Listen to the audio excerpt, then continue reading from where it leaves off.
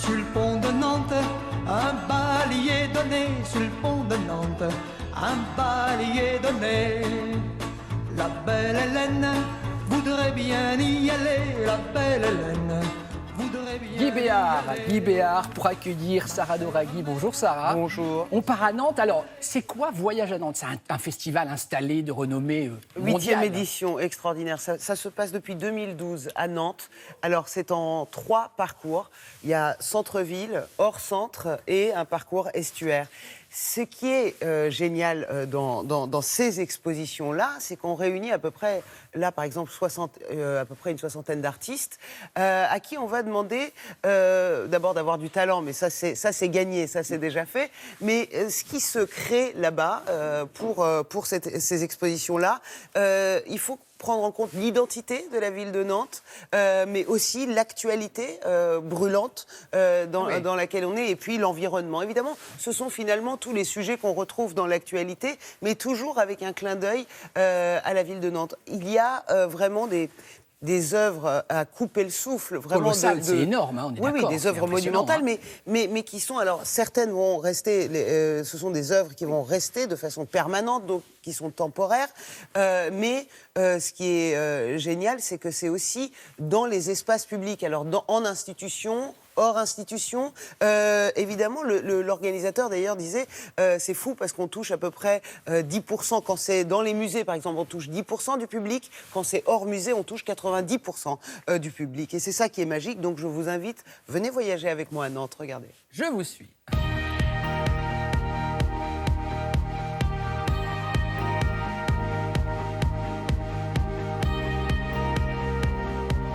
Le voyage à Nantes, c'est une offre culturelle, artistique permanente dans la ville de Nantes.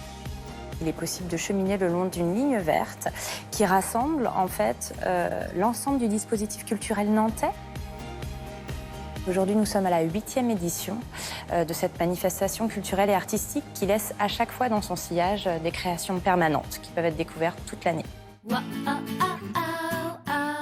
Cet été, les nouveautés sont par exemple cette exposition à la galerie où nous nous trouvons. Claire Tabouret investit les lieux avec de grands formats. Nous avons également Stéphane Vigny qui, quant à lui, propose une installation reconstituée avec près de 800 statues sur la place Royale. Il y a également le Belvédère de Tadashi Kawamata, qui est une sculpture littéralement dans le paysage, qui propose une avancée à 10 mètres du vide, comme ça, et propose un nouveau point de vue sur la ville en bord de Loire. Ce sont des œuvres qui sont toujours in situ, donc pensées au regard d'un contexte, d'un lieu. La star du voyage à Nantes, c'est la ville.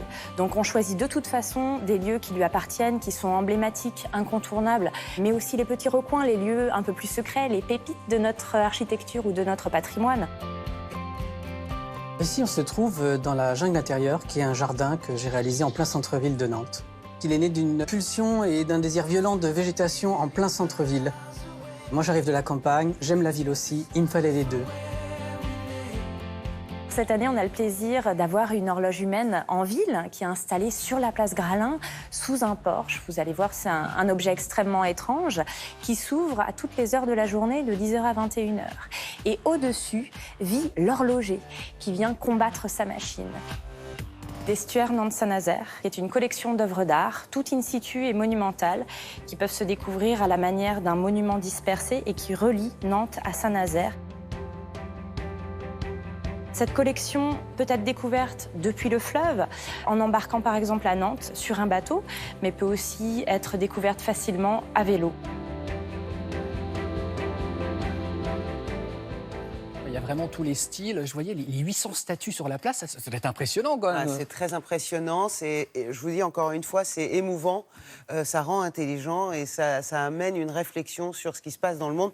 Un petit clin d'œil simplement sur le travail du photographe Moss qui a pris cette caméra thermique qui est normalement une caméra réservée à une utilisation militaire et il en a fait une utilisation contraire, c'est-à-dire que cette caméra normalement repère l'ennemi, elle est cachée cette caméra.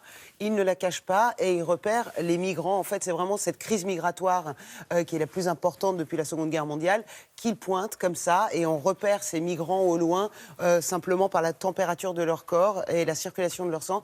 C'est montrer aussi qu'on n'a peut-être pas de visage, pas de nom, mais on voit que ce sont des êtres humains et c'est peut-être ce qu'il ne faut pas oublier. Voilà. En tout cas, pour ce voyage à Nantes, vous avez jusqu'au 1er septembre. Si vous avez l'occasion d'y aller, ce serait vraiment trop bête de ne pas le faire. Ils vont y aller, c'est sûr. Merci beaucoup, Sarah.